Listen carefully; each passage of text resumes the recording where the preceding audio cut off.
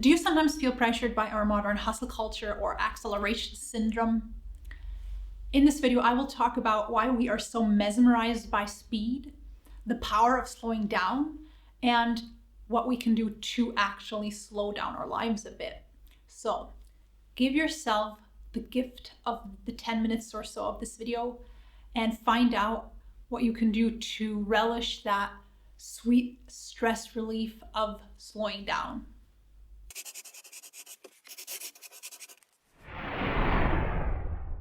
Hey everyone, and welcome to Becoming an Expert at Self-Leadership. My name is Maika, and the other day I noticed that I was trying to make myself speed up my morning meditation so I could get more done that day. And obviously meditation isn't something that gets better if we try to speed it up. So I allow myself to slow down again and redirected my attention from my to-do list back to the present moment. And I thought, this culture of speed, we are so fascinated by speed and often don't notice how it actually harms us because we overemphasize it. And I thought this is such a relevant topic that I wanted to talk about it on this channel and share some thoughts with all of you, the self-leadership experts community. Why are we so mesmerized by speed? What is so great about speed? I think the reason we are so mesmerized by speed is that we think speed equals happiness. So the faster I am, the faster I can get from A to B, the faster the technology is that supports me, the more I can fit into my life and the happier I will be. We have become so much faster in so many things like communication, but that hasn't really led to us having more time freed up. Rather, we're now communicating more and we just have more inboxes. We have gotten quicker at traveling, but we are traveling, not right now, but in general, more and to places that are farther away. So speed doesn't necessarily equal having more time. It reminds me of a sentence that I read in a book by Ulrich Schnabel. He said that if we were satisfied with the food, the entertainment, and travel of our ancestors, we'd be living in a time paradise.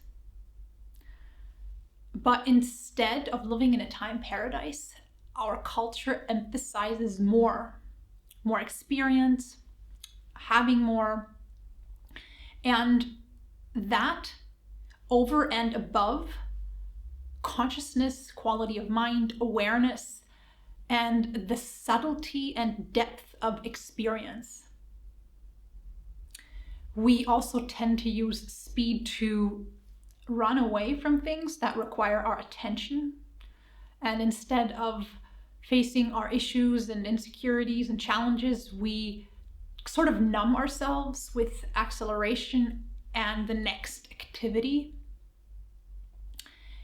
We lose the ability to just sit still and be present without striving or accomplishing. And that way, speed creeps into areas of life where it's not necessary or even counterproductive, like when we're spending time with friends, meditating, or going for a walk. And that way, we start feeling stressed out and pressured all the time and lose our equilibrium.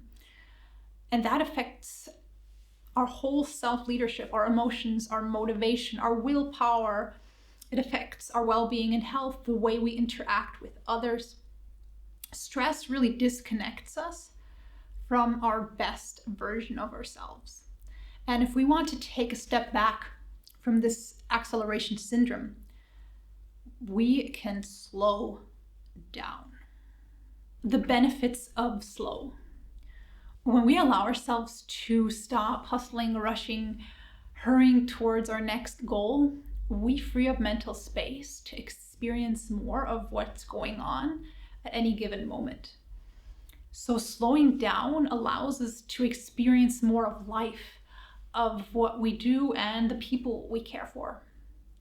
Recently, my husband and I went for a walk with our 5-year-old nephew, and we walked a route that we walk lots of times, and it took us like 3 times longer with our nephew than it usually takes just the two of us, because he was curious and he took the time to look at everything, and we discovered so many things that my husband and I had never noticed on that walk. And that's really what slowing down can do for you. It can help you be more present and to have a very deep experiences. It also increases or inner clarity and helps you have an inner equilibrium, because it helps us be better at reflection and personal growth and self-leadership. Because if we're able to notice more things and observe more things, we have more information available to deal with our issues. And if we know more about how something started and what keeps it going, we can guide ourselves so much better. And slowing down also places value on things. If we're rushing through something, we are telling ourselves in the world that I don't care for this, I want this to be over with quickly. And by slowing down, we tell ourselves in the world that I place value on this, I care about this, I want to invest time and energy here. So it really, slowing down frees up attention for the things that matter most. How I want to be. I think proper English would be what I want to be like, where I want my mind to be at, where I want my heart to be at, while I go through my day, while I do the things that I do and take care of my to-do list. How to slow down. We are so accustomed to and surrounded by speed that slowing down can feel really foreign, and most probably we'll have to remind ourselves more to slow down than to speed up. And here are a few ideas that you can try to slow yourself and your life down a bit. First of all, you can literally slow down in the sense that you slow down the speed at which you do whatever you're doing, especially if you're driving or talking to someone, meditating, doing things like that that have a nature that requires presence, mindfulness, and slowness. And on days on which you feel particularly rushed, you can expand this to other activities as well, like your chores. You can write an email really slowly, read slowly, and decrease the speed at which you're going through life. Ask yourself, observe yourself, how quick you are in what you're doing, and ask yourself, do I need to be this fast? Can I slow down? And in order to be able to slow down, most of us need to sort out a few things from our to-do list. We need to focus more on what's essential and say no more to things that aren't, to really be very conscious about the projects that we get involved in. And that doesn't have to mean that we feel less fulfilled in life, but it actually will make us feel more fulfilled, because it's like, I like this motto, work smarter, not harder. And when we do that, we do more of what's really important to us in a slow and mindful way. And that makes us so much more content than running around after everything, even things that are not even important to us. Also, we need to be more realistic when we make time plans. Often we underestimate how long something takes, and we forget to plan in buffer time. We can also become more mindful of the information that we're processing, and to make sure that a specific information is actually worth your time and energy. Ask yourself, does this information that I'm asking my mind to process right now contribute to my life in a meaningful way? And if not, then don't consume it. This also applies to our inboxes, to limit how frequently we check our inboxes for new information. And also, do not let your inboxes decide that for you. Turn off the sounds they make for as many of your inboxes as you can, and then decide yourself how often you want to check them. Also, what really helps to slow down is to regularly activate the parasympathetic nervous system,